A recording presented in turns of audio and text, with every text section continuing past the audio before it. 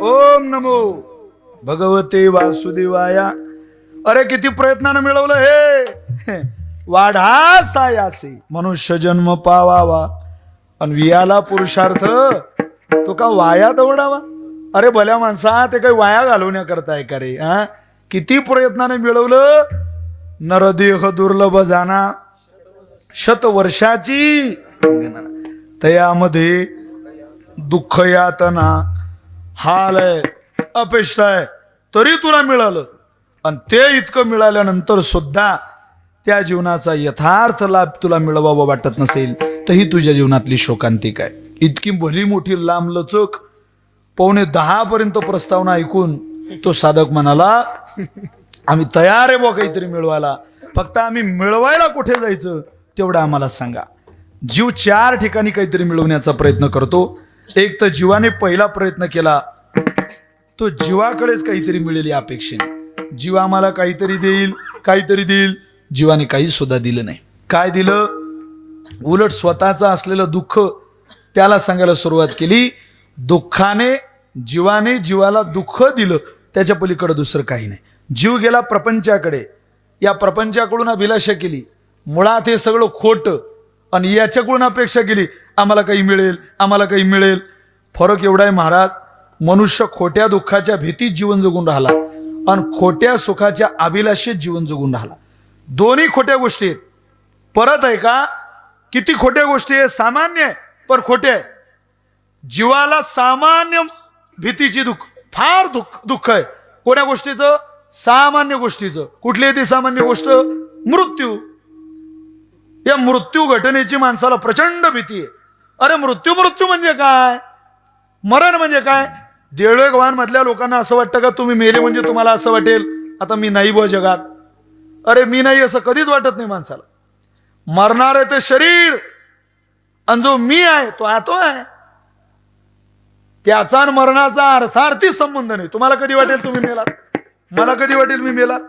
म्हणजे आपण जगतोय ते खोट्या दुःखाच्या भीतीत आणि अपेक्षित आहोत ते खोट्या सुखाच्या अपेक्षित. प्रपंचात माणसाला काय अपेक्षित आहे? सुख. पण कोणतं? खोटं. खरं सुख इथे कशाचं? हे तो मूळ आहे दुःखाचं. खोटं सुख आहे महाराज तिथे, खोटंच दुःख आहे. त्या खोट्या दुःखाला माणसं इतके घाबरता. जुन्या काळात जत्रा भरत होत्या. आमचे हरिभाऊ महाराज दृष्टांत सांगायचे म्हणे एका म्हाताऱ्यानं एका नातवाला जत्रेत नेलं आणि त्या जत्रेमध्ये त्या म्हाताऱ्यानं त्या नातवाला साप घेऊन दिला. साप कोणता होता म्हणे? नकली होता. त्या नातवानं तो साप घरी आणला आणि काऊन तो म्हणे आजीची गंमत करतो. साप म्हातारीच्या छातीवर ठेवला. आता 70-75 वर्षाची जखळ म्हातारी त्या बुढीच्या छातीवर साप ठेवल्यावर झोपलेली बिचारी. 4 वाजेला सुनबाई निघाली चहा घेऊन. तिनं तो साप बुढीच्या छातीवर पाहिला. साप साप साप साप आरडाओरड सुरू झाली. अख्खं गाव गोळा झालं. प्रत्येक गावात 2-3 पिसं भगवंतानं असे सोडून दिलेले असतात. ते गावातले पट्टीतले साप मारणारे असतात. ते सगळे हजर झाले. कोणी कोयतान, कोणी पल्लमान, कोणी काठी घे हातात येईल ते आले. का म्हणे साप कुठे आहे? आणि तो आहे तो. मग मारा ना. ते म्हणत साप तर का रट्ट्यात मरते ना हो, पण बुढी नाही वाचत. हो म्हणे असं करू नका, म्हातारी वाचली पाहिजे आणि सापही मेला पाहिजे. ज्यावेळेला प्रयत्न संपतात त्यावेळेला एकच वाक्य बाहेर येतं. ते म्हणत बस जनावर खूप ओरिजिनल दिसते हे. मग तुम्ही आपल्या बच्चं काम नाही म्हणे एखादा बिनवाला बोलवा. बिनवाला आला. 2-3 तास खलास झाला तो सगळे राग म्हणून त्याच्याजवळचे राग सरले. शेवटी त्याला राग आला. साप कोण उतरत नाही. तो म्हणे हे जनावर खूपच ओरिजिनल आहे. तुम्ही एखादा मांत्रिक बोलावा. मांत्रिक आणला. साप कशाला उतरी ना? ओम भीम भीम क्लीम शेम काय असली नसेल ते खलास झाला तो. खलास. सगळे मंत्र संपले त्याच्याजवळचे. 2दार जीवला हो त्याच्या घरी. साप काही उतरेना. ते म्हातारा आलं काठी टेकत. म्हणे गळा आपल्या दारी एवढी गर्दी कशाची? नातू विचारतो आजोबाला आजोबा जमलं का आता? अरे म्हणे काय केलं तू? काही नाही म्हणे सगळे आपल्या सापाची गर्दी आहे. म्हातारा गेला आणि तो साप हातात धरला आणि जनमानसांना सांगतोय आता ऐका. हसून मोकळे झालात तुम्ही. त्या सापाच्या भोवताल निर्माण झालेली गर्दी आणि त्याच्या भीतीनं तयार झालेलं वातावरण, तुम्ही आम्ही सगळे जीव आहोत. तो साप कोण्या तरी एका जीवाला घातकी त्रास देऊन प्रचंड यातना होत आहे, प्रचंड मी विषारी आहे, या भीतीने आपल्याला सगळ्यांना घाबरवतोय. वास्तविकता तर ही आहे, ज्याच्या हृदयावर साप आहे, जो प्रचंड दुःखी आहे, त्याला सुद्धा इतकं दुःख नाही जितकं उभ्या राहणाऱ्यांना आहे. तिथं जखळ पडली बिचारी म्हातारी, तिला काय घेणं देणं नाही. ही अवस्था जीवाची. पाहताय माणसं यातना होणाऱ्याला, पापा पाहो किती यातना आहे, अरे त्याला नाही तितक्या याला आहे. पा पा पा पा किती दुःख आहे. आपण घाबरतोय त्याला. पण तुकोबारायसारखा एखादा महात्मा काठी टेकत येतो आणि तो पडलेला साप उचलतो आणि तिथल्या जनमानसांना हातात साप घेऊन सांगतो. काय सांगतो? ऐका महाराजांचं वचन. तुकोबाराय बोलतात, लटिके ते फेडा, लटिके ते फेडा, लटिके ते फेडा, लटिके ते फेडा, म्हणे जाय पिडा, तुका म्हणे जाय पिडा, ऐसे करी गा पांडुरंगा, ऐसे करी गा पांडुरंगा,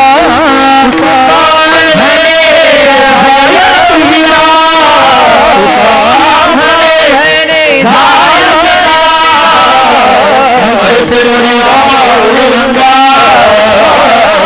ऐसे करी गा पांडुरंगा, लटिके ते फेडा, तुका म्हणे जाय पिडा, तुका म्हणे जाय पिडा, तुका म्हणे जाय पिडा, लटिके ते फेडा, तुका म्हणे जाय पिडा, तुका म्हणे जाय पिडा, तुका म्हणे जाय पिडा. लटिके ते फेडा, अरे खोटं डोक्यातून काढा, ते काढता बरोबर तुका म्हणे जाय पिडा. सगळं दुःख जातं. आपण या खोट्या दुःखाच्या भीतीनं प्रपंचात वाटचाल करतोय, खोट्या सुखाच्या अपेक्षेनं प्रपंचात जगतोय. त्यामुळे जीवानं प्रपंचाकडे जाऊ नये. मग जीवाने देवाकडे जाऊ का? देवाकडे जाण्यात मजा आहे, पण ते ठिकाण योग्य सापडलं तर. नाही तर नाथ महाराज म्हटले माझी फसवणूक झाली माझी. तुम्हाला काय वाटतं मी गेलो नाही? अरे बऱ्याच ठिकाणी गेलो. किती ठिकाणी गेलो? खूप ठिकाणी. किती महाराजांनी ठिकाणच सांगितले. महाराज मुंजाबासी नवस करुणी मुरळी होणी बैसले हो, खंडोबासी नवस करुणी मुरळी होणी बैसले हो. पुढे आपुले जे का सखे सज्जन ते विवंचोनी भरी भरिले हो, वारी मागता पोट भरेना बहुश्रम पावले हो. श्वानाची परिवृत्ता गुरगुरी जाय जा तरी परी तो हरी नाही देखिला, तुझ म्या फुलवरा बांधिला. माझ्या घरी पाहुणा भैरव येऊन बैसला हो.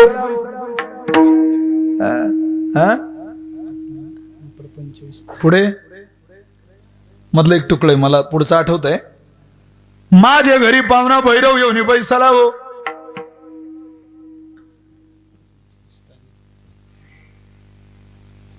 विठ्ठला हा प्रपंच विस्तारीला हो. त्रिगुणाचा नाही, त्रिगुणाचा काहीतरी पुढे प्रपंच विस्तारीला हो. योगी बोलावणी पतार भरुनी भराड म्या घातला हो.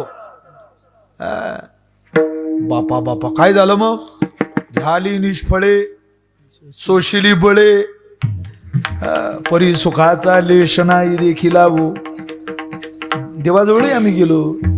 मुंजाबासी नवस करुणी मेसाई आळविली हो त्रिगुणाची तिवई करुणी, त्यावरी बैसविले हो धूप दीप नैवेद्य दावणी पंचारती म्या केली हो. आरती आरती आरती आरती. कसल्या देवता खुश होताय महाराज म्हटले. शेवटी एक दिवस असं झालं, ऐसी दैवते केली अनंते नवस बहु फेडिले हो.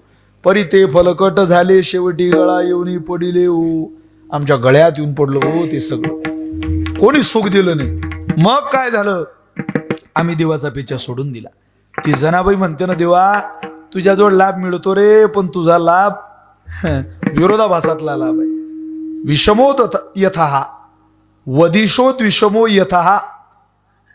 तू भक्ताला मारतो, दैत्याला मारतो आणि भक्ताचं रक्षण करतो. पटत नाही आम्हाला. राजा परीक्षितीचा प्रश्न आहे 7व्या स्कंदामध्ये. तेव्हा प्रल्हाद चरित्र सांगितले शुकाचार्यांनी राजा परीक्षितीला याच प्रश्नावरून की देवाचा स्वभाव विरोधाभासातला आहे. त्या वृत्रासुराला मारलं, त्यामुळे राजा परीक्षितीची इच्छा राहिली नाही देवाबद्दल काही ऐकायची. तर राजा परीक्षिती म्हणतो देवाचं मला जरा विरोधात काम वाटतं. नाही रे बाबा, अरे ऐक, दैत्याच्या कुळातला भक्त होऊन गेला एक प्रल्हाद. त्यावेळेला प्रल्हाद चरित्र सांगितलं. जनाबाईनं तेच भांडण केलं महाराज देवाबरोबर. तुम्ही वाचा जनाबाईचं भांडण. ज्यांना फार भांडणाची हौस आहे त्यांनी देवाशी भांडा. तिकडे जिरून घ्या आपली काय जिरवायची ते. तो फार पक्का आहे भांडायला. इकडं काय भांडता. रावणाला मानावं लागेल महाराज, वाद केला देवाबरोबर. दुश्मनी करावं माणसानं मोठ्याशी, चिल्लर माणसाच्या नादी लागू नये. काही लोक इकडेच भांडता गल्लीवर, त्यात काही मजा नाही. मोठं भांडण पाहिजे. जनाबाईचं भांडण सुद्धा वर्णन करावं लागतं. ती जनाबाई म्हणे देवा तू दिला लाभ, दिला नाही असं नाही, पण याला पाहिजे होता त्याला कुठं नेलं रे. हा पुण्यवंत पाताळोकी नेला, पुण्यवंत पाताळोकी नेला, दरिद्रीचा भाग्यवंत केला, दरिद्रीचा भाग्यवंत केला, चोरट्याचा बहुमान वाढविला, चोरट्याचा बहुमान वाढविला, कीर्तिमानाचा प्रमाण केला, धुंद झाला तुझा दरबार, हा धुंद झाला तुझा दरबार, धुंद झाला तुझा दरबार, धुंद झाला तुझा दरबार. वा, खूप सुंदर प्रमाण दिला. पण पुण्यवंत पाताळ लोकी नेला, दरिद्री तो भाग्यवंत केला, चोरट्याचा बहुमान वाढविला, कीर्तिवानाचा अपमान केला, धुंद झाला तुझा दरबार, धुंद झाला तुझा दरबार, दरबार. अरे आम्हाला माहिती आहे देवा, सत्ववानाचा बहु केला छळ, कीर्तिवानाचे मारियले बाळ, सखा मनविसी त्यांचे नासी बळ, जनी म्हणे मी जाणे तुझा खिळ, पतिव्रता ती वृथा गुलतविली, विषागणिकाती सत्यलोकानिली, काळी स्वकुळाला वियली, यादवेन राही गोष्ट बरी नाही केली, बरी नाही केली, धुंद झाला तुझा दरबार.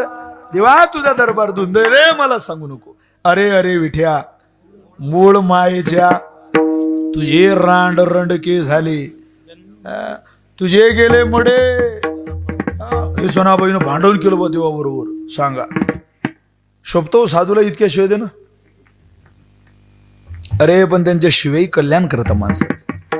मी आता परवा वक्तेबाबाच्या पुण्यतिथीचं कीर्तन केलं. तुकाराम बाबांच्या गावाला पुण्यतिथी होती. तो मी चातुर्मास होतो तेव्हा मी पाहायचं. बाबांचा विद्यार्थी होतो. गुरुवर्य संजय महाराज पाचपोर, महाराजांचे नातू आणि सगळ्यांनी सप्ताहाचं नियोजन केलं. महाराजांचे 8 शिष्य कीर्तनाला बोलवायचे 8 दिवस. मला खूप भाग्य समजलं त्या दिवशी. त्या सगळ्या यादीत मी महाराष्ट्रातला सगळ्यात लहान वयाचा शिष्य होतो बाबांच्या. मी कीर्तन केलं बाबांच्या पुण्यतिथीच्या महोत्सवात. प्रथम पुण्यतिथी महोत्सव विदर्भ प्रांतामध्ये झाला. खूप सुंदर महोत्सव. असं आहे, वक्ते बाबा शिवाई द्यायचे तरी ऐकत राहावं वाटायचं. आपण गोड बोलतो तरी लोक ऐकत नाही आपलं. किती गोड बोला तुम्ही तरी आपल्या समोर नाही, लोक आपल्या पाठीमागे तरी म्हणतच असतील, तुला काय वाटते पाहिजे तेवढी मजा नाही आली. पण हा इकडे तू मजा नाही आली का? थंडी किती, आमच्या आवाज चालत नाही तरी तू म्हणतो मजा नाही आली. भल्या माणसा गळा फाडून ओरडताय बिचारे साधक, तरी तू म्हणतो मजा नाही आली. म्हणजे तुला आता मजा आणायची कशी नेमकी? काय अवघडे बा लोकांचं. जाऊ द्या,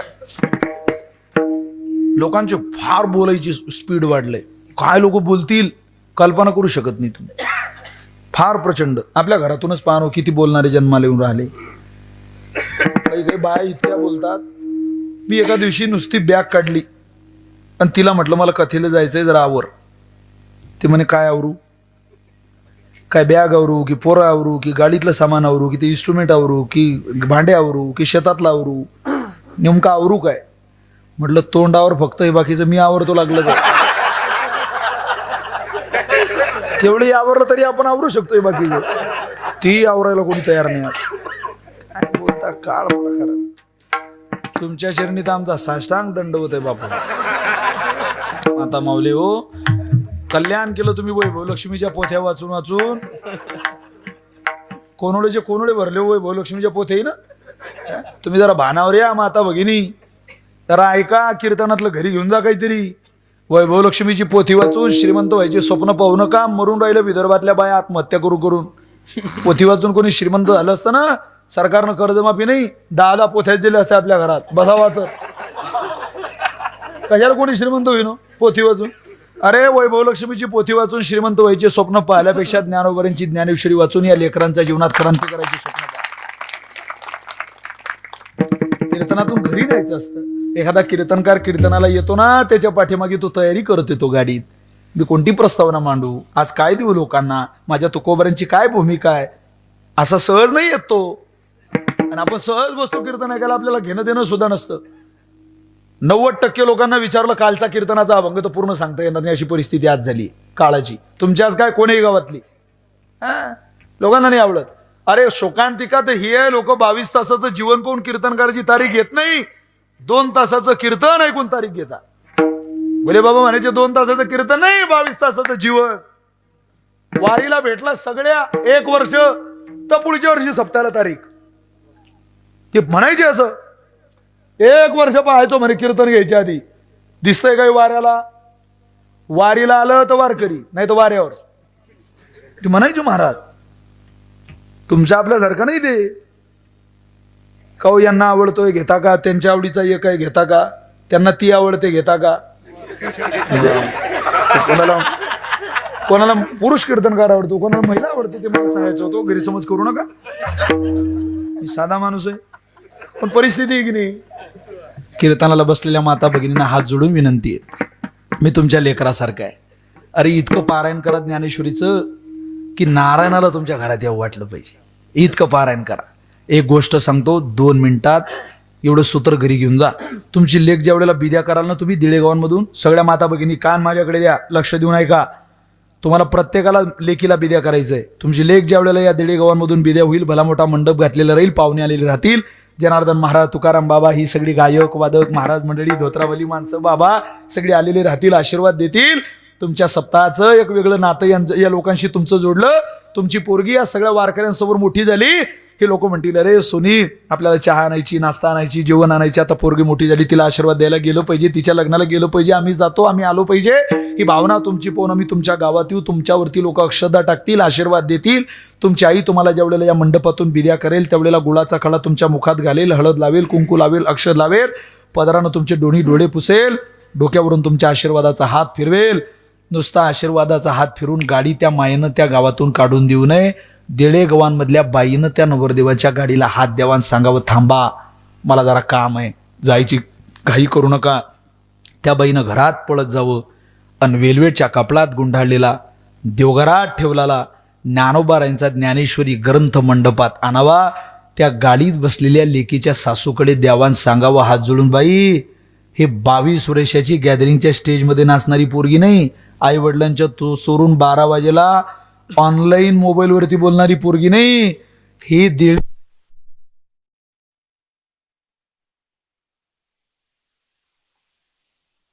या पोरीनं सकाळी 7 ते 8 या वेळेमध्ये ग्रंथराज ज्ञानेश्वरीचं पारायण केलेलं आहे. बाई माझी पोरगी तुमच्या घरामध्ये काय देईल हे मला माहिती नाही, पण ज्या ज्ञानोबारांची ज्ञानेश्वरी माझ्या लेकीनं वाचली, मी तिला जन्म दिलाय, माझ्या लेकीपेक्षा जास्त विश्वास माझा 3 वाचलेल्या ज्ञानोबारांच्या ज्ञानेश्वरीवरती आहे.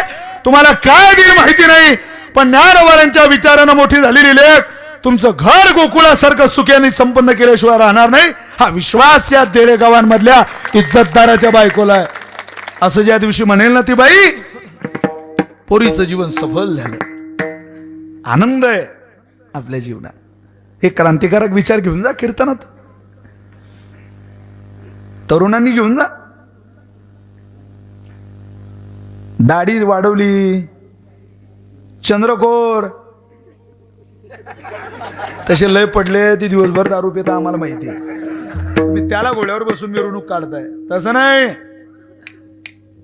त्याचं जीवन इतकं पवित्र पाहिजे की 30 वर्षाचं पोरग देळगावांमधलं घरी जायला निघालं ना, एखादी पोरगी जर 12 वाजेला जिन्यात मोबाईलवर बोलत असली तर सप्ताह समितीतल्या त्या तरुणानं 4 पायऱ्यावरती चढावं, खाळकं तिच्या कानाखाली आवाज काढावा, तो हातातला मोबाईल घ्यावा आणि तिच्या बापाला उठाव, काका उठा, काय झोपले, हे तुमच्या सोडून मोबाईल वरती बोलले, थोबाड फोडलं तिचं, कानात मारली तिच्या एक.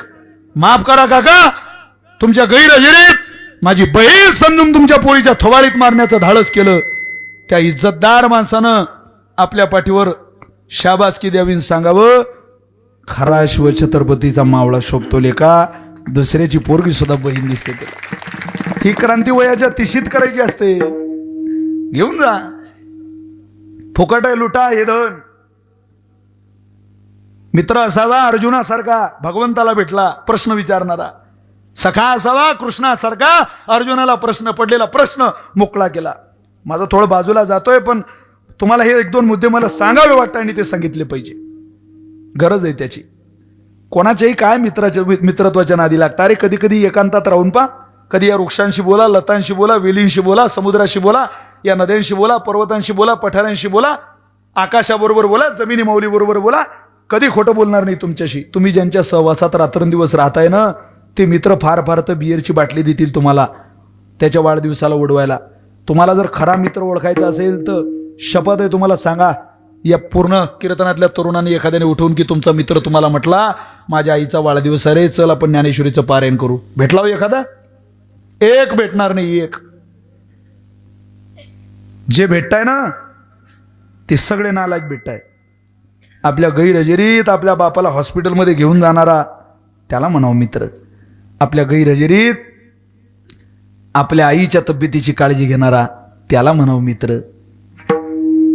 आपला मित्र आर्मीत असेल, मिलिटरीत असेल तर त्याच्या आई वडिलांना त्याची आठवण न येऊ देणारा, सगळ्यांची काळजी घेणारा मित्र आहे. एखादा गरीब मित्र अडचणीत असेल तर त्याला सहकार्य करणारा मित्र आहे. एखादा हुशार असेल त्याच्या शिक्षणाची चाहूल त्याला दाखवून देणारा मित्र आहे. एखादा MPSC UPSCची परीक्षेचा अभ्यास करत असेल, त्याच्या रूमचं भाडं त्याला एखाद्या महिन्याचं पुरवणारा मित्र आहे. एखाद्या दिवशी बनवलेलं जीवन आपल्या घरात घेऊन आपल्याला डब्यातला डबा देणारा मित्र आहे. ज्याला आपल्या बायकोकडे पाहायची नजर नाही, ज्याला आपल्या पैशाकडे पाहायची नजर नाही, त्यांना काय मित्र बनवायचे?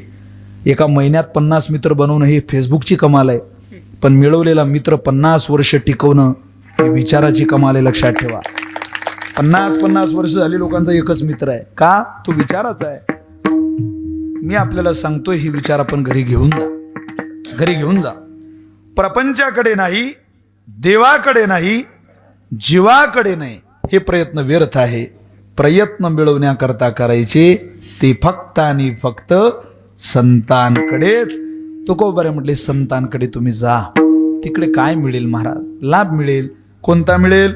कोणता मिळेल मला माहिती नाही, पण जो कोणता मिळेल तो कसा असेल याचं एक विशेषण तुम्हाला सांगतो अभंगाच्या प्रथम चरणात. हे तो एक ठाई, हे तो एक ठाई, हे तो एक ठाई, हे तो एक ठाई,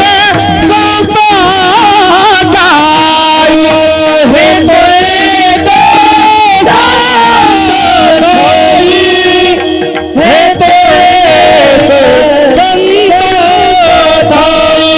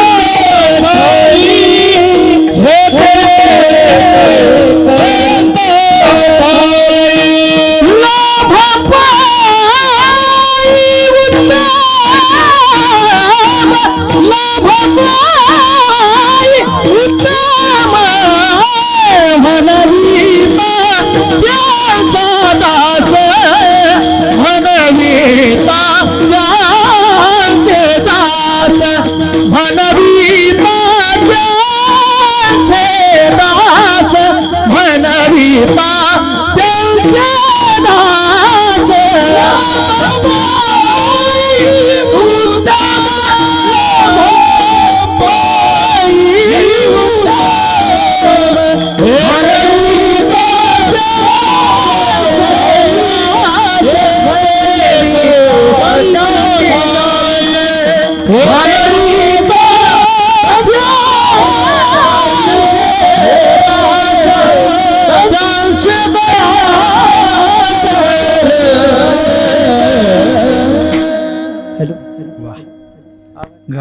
वादक खरंच कीर्तनाला जे पाहिजे ते वातावरण आज आहे. नागरे बाबांचं आता बघा बरं, त्यांच्याकडे बघून त्या हातातला तो गोडवा, हे सगळं साधनेनं येतं महाराज. सेवा करा तुम्ही, सेवेचं फल हातात येतं, गळ्यात येतं.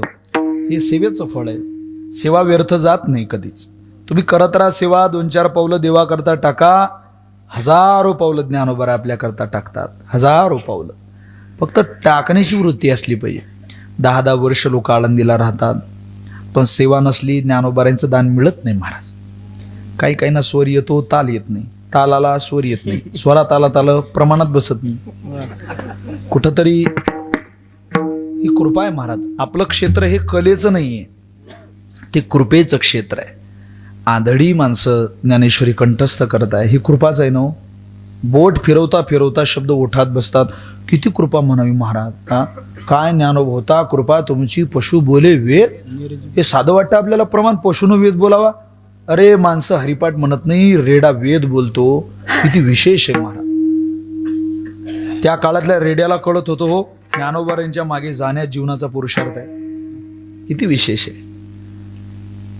त्या काळात रेडा बोलवला, त्यांच्या समोर रेडा बोलवला, ज्यांना रेड्याला कधी मारावं हेही कळत नव्हतं.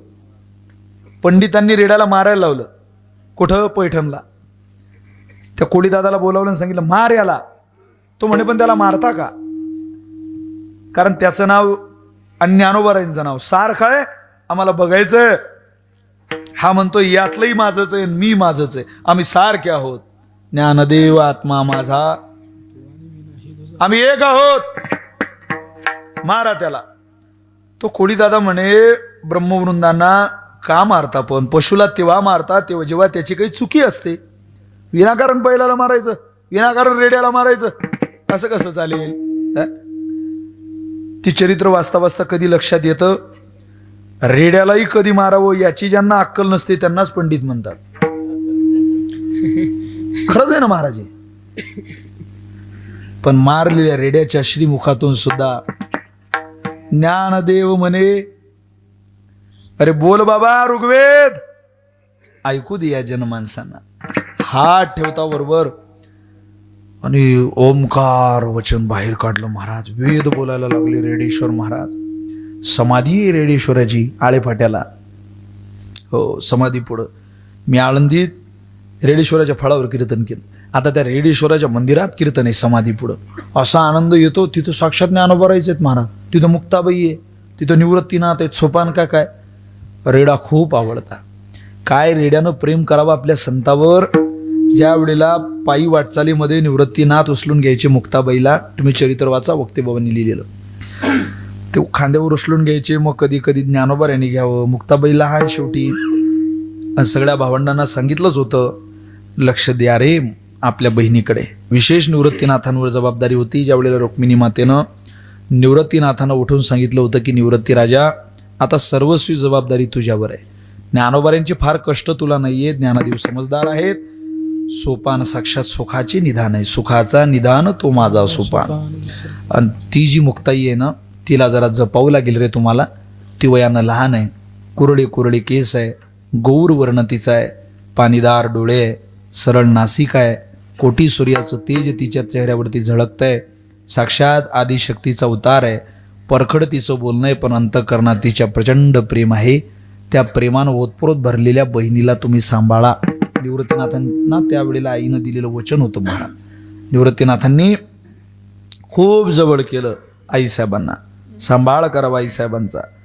पण आई वडिलांच्या गैरहजेरीमध्ये ज्या निवृत्तीनाथांना मुक्ताबाईला सांभाळण्याची जबाबदारी दिली होती, त्या आईसाहेबांनी कधीच महाराज भावांना त्रास दिला नाही. कधीच नाही. तुम्ही पहा चरित्रात एक सुद्धा घटना अशी नाही की मुक्ताबाई कशा करता तरी भांडल्या. निवृत्ती ज्ञानदेव कोरांनाचे अन्न सांभाळी सोपान मजे लागे. खेळता खेळता चुकून एखाद्या दुसऱ्याच्या खेळण्याला हात लागावा तर लोक इंद्राणीत खेळणं फेकून देत होते. का? त्या खेळण्याला मुक्ताबाईचा हात लागला. सांगा हो, लेकराला खेळावं वाटत नाही? आपल्या पोराच्या लेकराच्या खेळण्याला, आपल्या मुलाच्या खेळण्याला आपल्या शेजारच्याचं पोरगा हात लावत नाही म्हणून काय आपण फेकून देतो? खेळण्याला कुठं हात लावल्याने विटाळ होतो? ती मुक्ताबाईच्या हाताचा स्पर्श विटाळ. खेळणं सुद्धा दिलं नाही. त्यावेळेला निवृत्ती आणि ज्ञानोबा आहे, निवृत्तीनाथ आणि ज्ञानोबा आहे, या दोघं भावंडांनी मुक्ताबाईला 2 खेळ खेळायला दिले, एक ज्ञानपट आणि एक निवृत्तीपट. तीच खेळ खेळावे मुक्ताबाईनं सोपान काका बरोबर. सोपान काकांनी मुक्ताबाईला सांभाळावं, तसाचा तसाच सांभाळ मुक्ताबाईंनी तिन्ही भावंडांचा केला. त्यावेळेला निवृत्ती राजे आईला म्हणत होते, आई तू जिचा सांभाळ करण्याची जबाबदारी आम्हाला दिली, तिनं कधी आम्हाला तिला सांभाळायची संधीच दिली नाही. अगं तू गेल्यानंतर तीच आमची माय झाली. काय मुक्ताबाईने सांभाळले महाराज चरित्र. मी तुम्हाला रेडा सांगतो आहे. किती सांभाळलं. तसं तर ज्ञानोबारायची असू द्या किंवा तुमची माझी असू द्या, आपली बहीण जितका आपल्याला आई गेल्यानंतर सांभाळते तितकं कोणी सांभाळत नाही. खंत या गोष्टीची की लोक गरीब बहिणीला विसरत चालले. करोडपती भाऊ आहेत पण बहिणीला आठवत नाही, बहिणीची आठवण नाही आपल्याला. पण मुक्ताबाईंनी सकलांचा सांभाळ केला आणि त्या रेड्याने प्रार्थना केली, आता तुमच्या भावांच्या खांद्यावर बसू नका मुक्ताबाई, कधीतरी या रेडेश्वराची खांद्यावर बसा. मुक्ताबाई रेड्यावरती बसल्या. तिथून पुढे रेड्याने मुक्ताबाईला खाली नाही उतरवलं महाराज. म्हणून मुक्ताबाईचं वाहन रेडा आहे, आईसाहेबांचं वाहन रेडा आहे. आणि त्या रेड्याला मुक्ताबाई ज्ञानोबाराय समाधी दिली महाराज या संतांनी आडीफाट्याला. रेड्याला कळत होतं संतांच्या मागे गेल्यानंतरच काहीतरी मिळेल. काय मिळालं? लाभ पायी उत्तम. अरे रेड्याचं नाव कीर्तनात घ्यावं लागतंय. रेड्याचं म्हशीचा मुलगा, महिषी पुत्रा मुखे काय सांगू देवा ज्ञानोबाची ख्याती. वेद महिषामुखे वदविले, नामा म्हणे आणि तारिले पतित. नामा म्हणे आणि तारिले पतित. कितीतरी पतितांची यादी आहे की या ज्ञानोबाऱ्यांनी तारली. लाभ पायी उत्तम. तुकोबाऱ्यांचे जे संतपर अभंग आहेत ना, ते सगळेचे सगळे ज्ञानोबाऱ्यांकडे नेऊन लावायचे. बाकी बस त्यांना हलवायचं नाही इकडे तिकडे, कारण कोणाला ते संतच म्हणत नाही. करीसी तरी देवा करी माझे सुखे, परी मी त्यासी मुखे न म्हणे संत. मी कोणालाही संत म्हणणार नाही. संत ते आहेत, ते हे निवृत्तीनाथ ज्ञानेश्वर सोपान मुक्ताबाई ज्ञान. निवृत्ती संत हा सोपान, निवृत्ती संत हा सोपान, निवृत्ती संत हा सोपान, निवृत्ती संत महावैष्णव कठीण, महावैष्णव कठीण, महावैष्णव कठीण, महावैष्णव. मुक्ताबाई तेथे आपण, मुक्ताबाई तेथे आपण, मुक्ताबाई तेथे आपण, मुक्ताबाई तेथे नारायण जपत से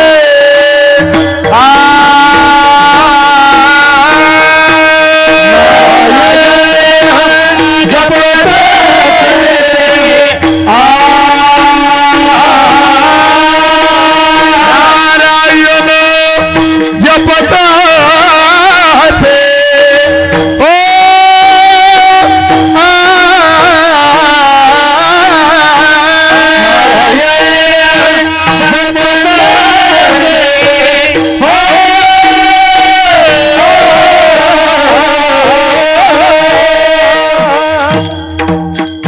पखवाजाला आवाज द्या थोडा. नारायण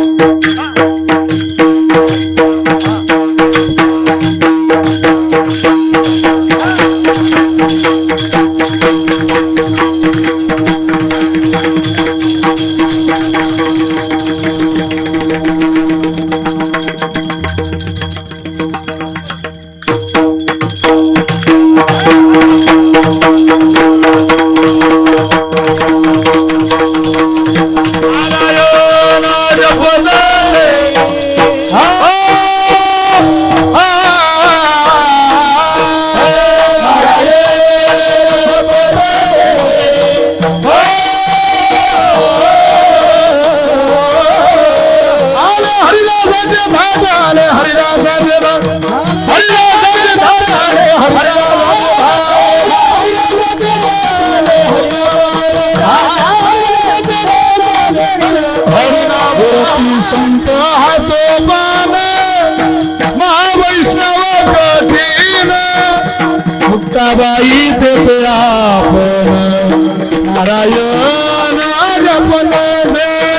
मूर्ती सोपान वैष्णव कठी मुक्ताबाई मुक्या आपण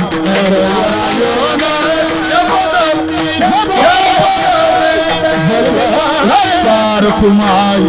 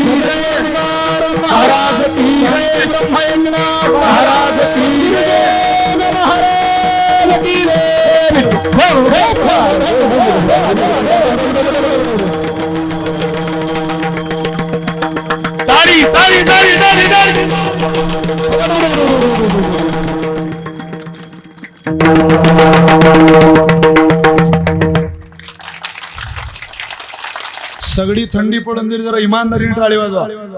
तुम्ही तर असे बसले जे सोयरीकचे पाहुणे तुम्ही. तर हात मोकळे सोडा सगळ्यांनी. पखवात ज्या ताकदीने वाजेल त्या ताकदीने टाळी वाजली पाहिजे.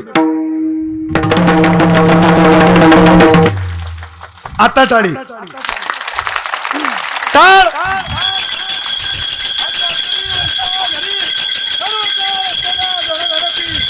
पखवात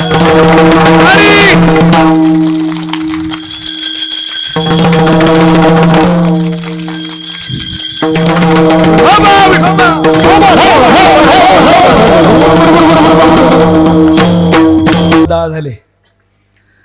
एक चरण झालंय. तुम्ही म्हणाल तू काय करत होता इतका वेळ? काय करत होतो मी? काय गप्पा आणत होतो बा? तसं काही तारीख येताना आपलं पूर्ण अभंग सुटला पाहिजे असं थोडी ठरलेलंच नसतं कुठं. त्यामुळे काही विषय नाही तो. लाभ पायी उत्तम लाभ मिळेल. कोणाला मिळाला महाराज? एखादा पुरावा द्यावा. असं काय मिळेल मिळेल मिळेल? अरे अनेकांना मिळाले त्यात नवल नाही. एक असा लाभ आहे ज्या लाभाचं वर्णन वारकरी संप्रदायाने खूप गोड प्रसंगात केलं. कुठला लाभ? तो लाभ मिळाला देवाला मिळाला. संतांकडे लाभ कसा काय मिळाला? अनेक प्रसंग आहेत. पांडुरंग पिसा याची लागी झाला मुक्ताईने पाजीला प्रेम पाना. जग पोसणारा मालक परमात्मा तो मात्र काही मिळवण्याकरता मुक्ताबाईकडे येतो.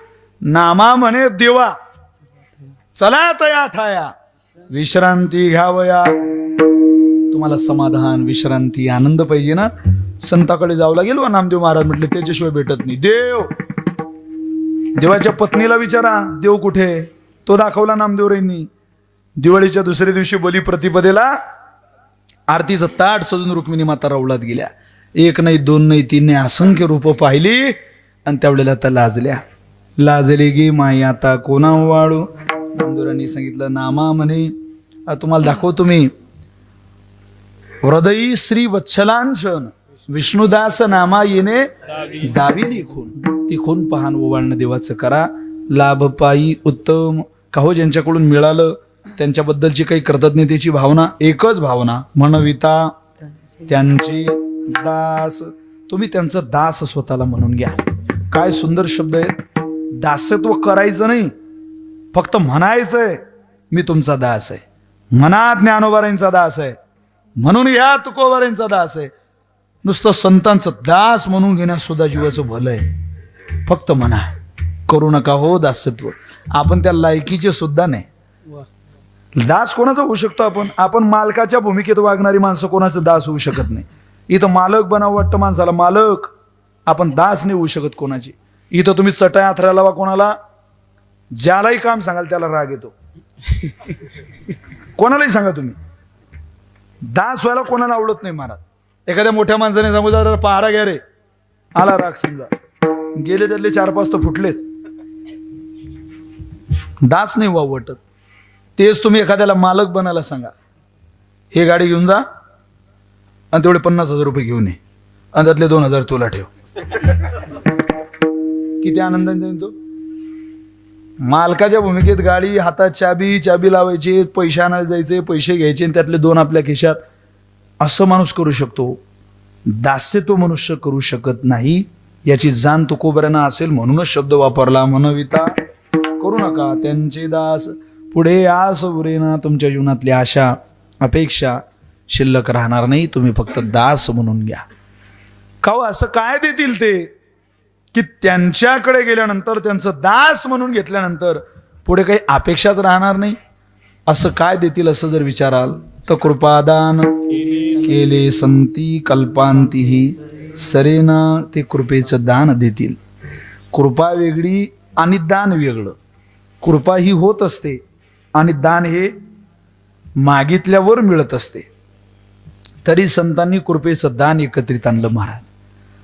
कृपा ही होत असते, भगवंतानी करावी लागते, संतांनी करावी लागते, आणि दान हे मागावं लागते, याचना करावी लागते त्यापुढे.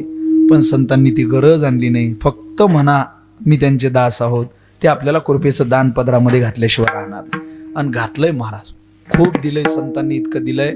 मी नेहमी सांगतो, तुकोबऱ्यांचे अभंग जे तुम्हाला मला आज दिसताय ना, हे सुद्धा वारकरी संप्रदायाला संतांनी दिलेलं भलं मोठं दान आहे. आपण त्या दानाच्या खोलात शिरत नाही तर लोकांना सहन होत नव्हतं. तात्कालीन लोकांनी खूप त्रास दिला तुकोबऱ्यांना. महाराजांना माझी मज झाली अनावर वाचा, बहिर्दिशेला गेल्यावरही अभंग बाहेर यायचे. त्यावेळेला लोक म्हणायचे, इथेही म्हणता, त्रास द्यायचे लोक. असं आहे, कोणी सुद्धा स्वीकारायला तयार नव्हतं महाराज, कोणीच नाही. अशा कठीण प्रसंगामध्ये सुद्धा संतांनी आपल्यावरती कृपा केली. फक्त त्यांचा दास म्हणून घेणाऱ्यांवरती कृपा इतकी कृपा केली का त्या कृपेचा पारावार राहिला नाही महाराज. आज असं वाटतंय त्यांचं नाव घेता घेता माणसाला मृत्यू जरी आला तरी जीवनाचं हित होईल, इतकं दान संतांनी आपल्याला दिलेलं आहे. हे गळ्यात टाळ येतोय, आपण नाचतोय, गातोय, उड्या मारतोय, हे सगळं संतांचंच आहे.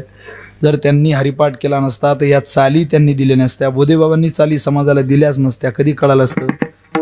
बंकट स्वामी महाराजांनी, श्री गुरुने आपल्याला काही दिलंच नसतं, कधी मिळालं असतं महाराज. हे संतांनी दिलंय आपल्याला. संत जे देऊन जातात ते कधीच संपत नाही. कल्पांती ही सरेना, का सरत नाही त्याचं कारण असं आहे, या संतांचे देणे कल्पतरुहुनी दुने, परिसा परी आगाध देणे चिंतामणी ठेंगणा. तुम्ही त्यांच्या दानाची आणि इतर दानाची तुलना करू नका. त्यांचं जे दान आहे ते विशेष दान आहे आणि इतर जे दान आहे ती सामान्य दान आहेत. ते त्यांच्या वैभवामुळे त्यांना मिळालं म्हणून दुसऱ्याला देत आहे, पण यांना ते मिळालं नाही. यांनी प्रयत्नाच्या जोरावरती ते मिळवलेलं आहे आणि स्वतः मिळवलं. तुम्हाला कसं माहिती मिळवलं? ज्ञानोबा सांगतात, माझी या सत्यवादाचे तप वाचा केले बहुत कल्प. अरे कल्पाचे कल्प झाले, आम्ही सत्य बोलतोय तेव्हा तुम्हाला आम्ही देऊ शकतो. म्हणून ते कल्पचे कल्प जातील तरी संपणार नाही. कल्पांती ही सरेना, कारण मिळवण्यातच कल्प गेले. तुम्हाला दिल्यावर संपेल कसं? असं द्यावं संपावं, ते तुमचं माझं दान नाही. तुम्ही आपण दिलेलं संपणार आहे महाराज. दान ते असतं जे दिल्यानंतर जगात दुसरं काही मिळवण्याची कधी गरजच पडत नाही. आपण जे दुसऱ्याला देतोय, अन्नदान श्रेष्ठच दान आहे, पण ते दान तृप्ती करत नाही माणसाची. अन्नदान आता दान केलं, संध्याकाळी भूक लागते की नाही परत? भूक आहे, बऱ्याच गोष्टी. पण असं एक दान आहे जे फक्त संत देऊ शकतात, ते म्हणजे कृपादान केले संती. काय होतं त्यांच्या कृपेने? कृपा कटाक्षाने हाळिले, आपुले पदी बैसविले. त्यांची कृपा आणि त्यांच्या कृपेचं दान स्वतःचं पद देऊन टाकतात. ते तो का म्हणे, बळी देतात ते निदान. भिकेसाठी कोण राज्य देतो? कोणी देत नाही दुसरं, पण त्यांनी मात्र दिलं. इतकं दिलं की कल्पांती ही सरेना. फक्त तुमचं कर्तव्य एकच आहे, मनविता त्यांचे दास, पुढे आस उरेना. काही सुद्धा आशा तुमच्या जीवनात शिल्लक राहणार नाही. तुकोबारे म्हटले, इतकं ज्या संतांनी दिलं मी त्यांचा दास म्हणून घेईल स्वतःला. त्यांनी मला उत्तम दान दिले, पण देवा त्या संतांच्या सेवेमध्येच माझ्या जीवनाचं व्रत असावं, ही सुद्धा माझी आंतरिक इच्छा आहे रे. तुकोबारे बोलतात अभंगाचं शेवट. संत सेवा तू कामने संत सेवा तू कामने संत सेवा तू कामने संत सेवा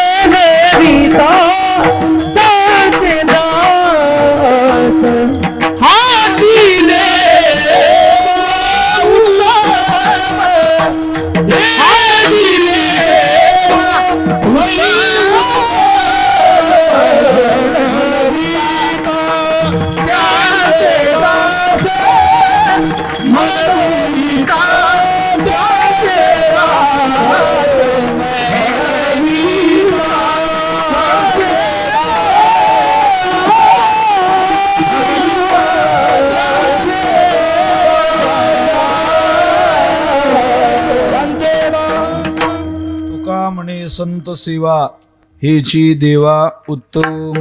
त्या संतांची सेवा हीच जीवनाकरता उत्तम सेवा माझ्या सुद्धा असेल देवा. ज्या संतांनी इतकं मोठं दिलं त्यांची सेवाच करत करत आयुष्याला विराम द्यायचा, हे आता जीवनाचं सूत्र झालेलं आहे. बस म्हणविता त्यांचे दास पुढे आस उरेना. आता पूर्ण एकदा अभंग ऐका आणि प्रत्येक चरणाचा शेवटचा शब्द बाजूला काढा. बघा खूप सुंदर आहे हे. तो एक संता ठाई लाभ पायी उत्तम. उत्तम बाजूला काढा. मनविता त्यांचे दास पुढे आस उरेना. उरेना बाजूला काढा. कृपादान केले संती कल्पांती ही सरेना. सरेना बाजूला काढा. काय काय झालं? उत्तम उरेना सरेना. तुका म्हणे संत सेवा हेची देवा उत्तम. उत्तम उरेना सरेना उत्तम. उत्तम उरेना सरेना उत्तम. जीवनामध्ये काय उत्तम उरावं आणि काय उत्तम सरू नये याचंच दान म्हणजे कृपादान. ते कृपेचं दान संतांनी आपल्या पदरात घातलंय. किती उत्तम उरावं आणि काय जीवनातलं उत्तम सरू नये हे संतच पुरवू शकतात महाराज. आपल्याला जे उराव वाटतं ते सरत चाललं. दुःख आयुष्य उराव वाटतं सरत आहे आणि दुःख सराव वाटतं पुरून उरत आहे. दुःख आपल्या उशालाच पडलंय महाराज. अशी परिस्थिती आहे. हे जर मिटवायचं असेल तर म्हणविता त्यांचे दास पुढे यास उरेना. त्यांचं दास म्हणून घ्या हो स्वतःला. त्यांचं एकदा दास म्हणून घेतलं ना की मनुष्याला चिंताच राहत नाही. निळोबार एका ठिकाणी असं म्हणतात, तुम्ही आम्हाला जवळ केलं त्यावेळेला आमची उपेक्षा होणार नाही. चारही भावंडांना केलेली प्रार्थना आहे निळोबाऱ्यांनी. सगळ्यांच्या पाठ असलेला अभंग आहे. आपण मते महाराजांची एक चाल म्हणू. गुरुवर्य हनुमंत महाराज मते एक चाल म्हणतात, खूप गोड चाल आहे. ती म्हणतात, निळा म्हणे तुम्ही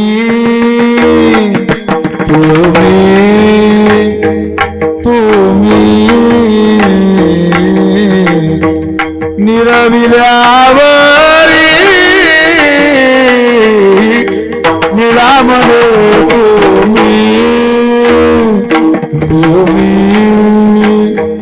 तुम्ही निरविल्या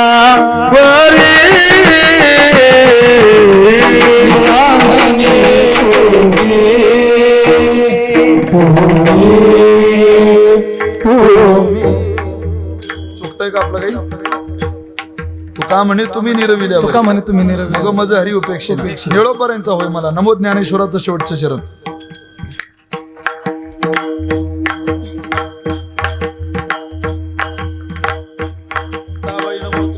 देवाचे जगत उद्धारा लागी धरले अवतार निरविळा परिवार निळा शरणागत शरणागत शरणागत मनविया पुला निळा शरणागत शरणागत मनविया पुला नीला शरणागत मानविया पुला संती मिरविला नीला शरणागत मानविया पुला संती मिरविला देवनी हाती संती मिरविला देवनी हाती मुक्ताबाई नमो नमो नमो त्रिभुवन पावनी मुक्ताबाई नमो नमो नमो त्रिभुवन पावनी निराजनागो मानविया कल्पे मिरविला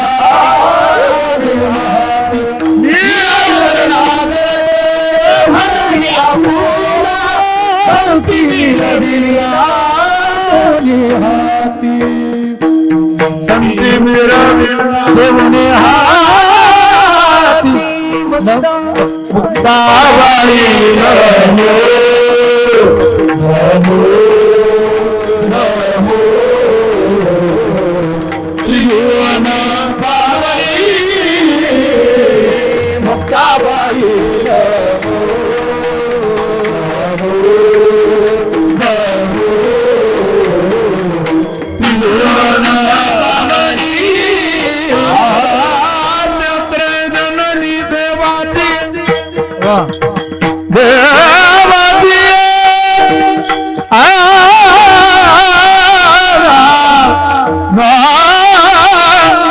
आद्यत्र जननी देवाची देवा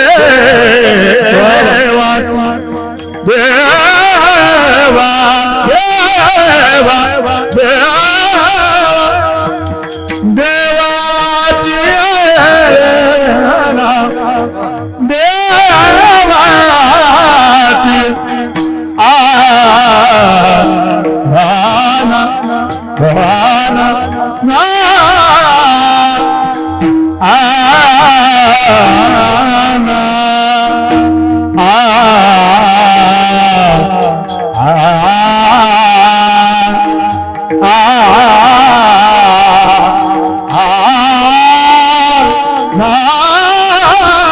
देवाची देवाची देवाची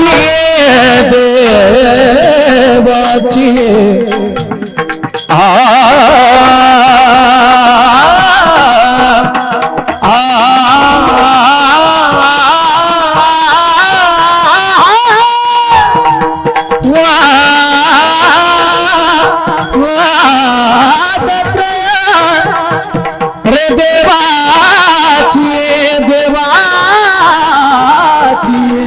देवाची देवाची देवाची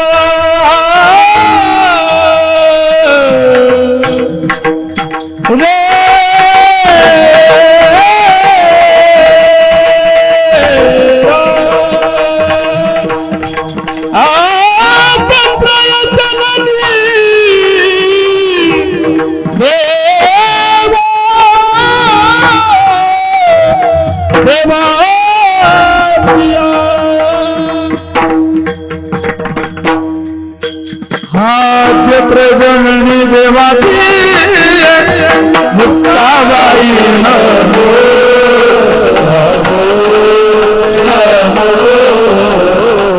त्रिभुवन पावरी मुक्ताबाई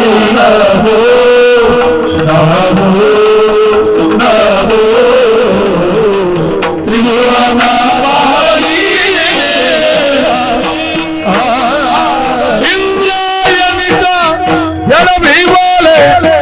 श्री मुक्ताई माऊली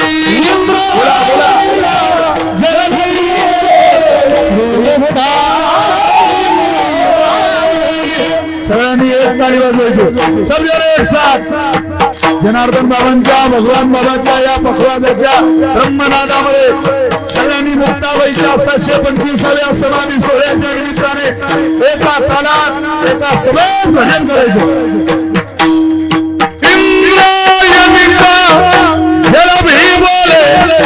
श्री मुक्ताई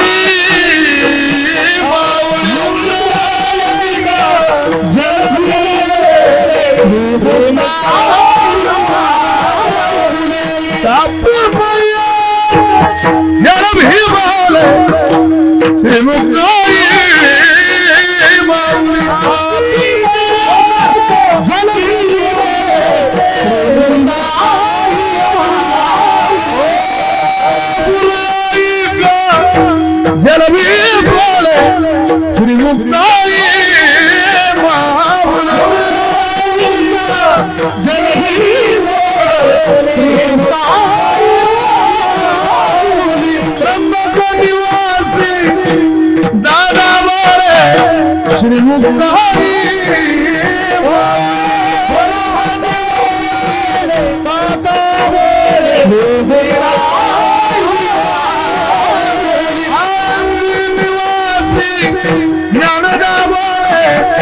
श्री मुक्ताई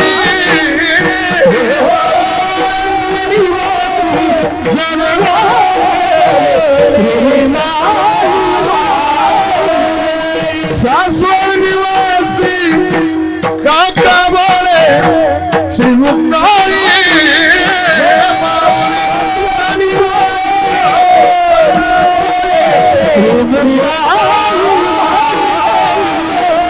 चांगदेव निवासी योगी बोले श्री मुक्ताई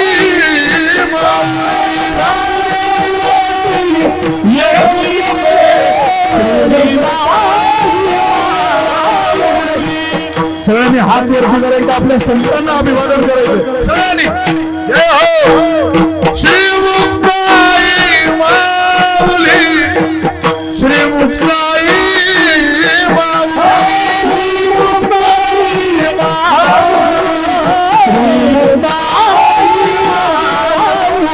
भारत भूखा कन कन बोले श्री मुक्ताई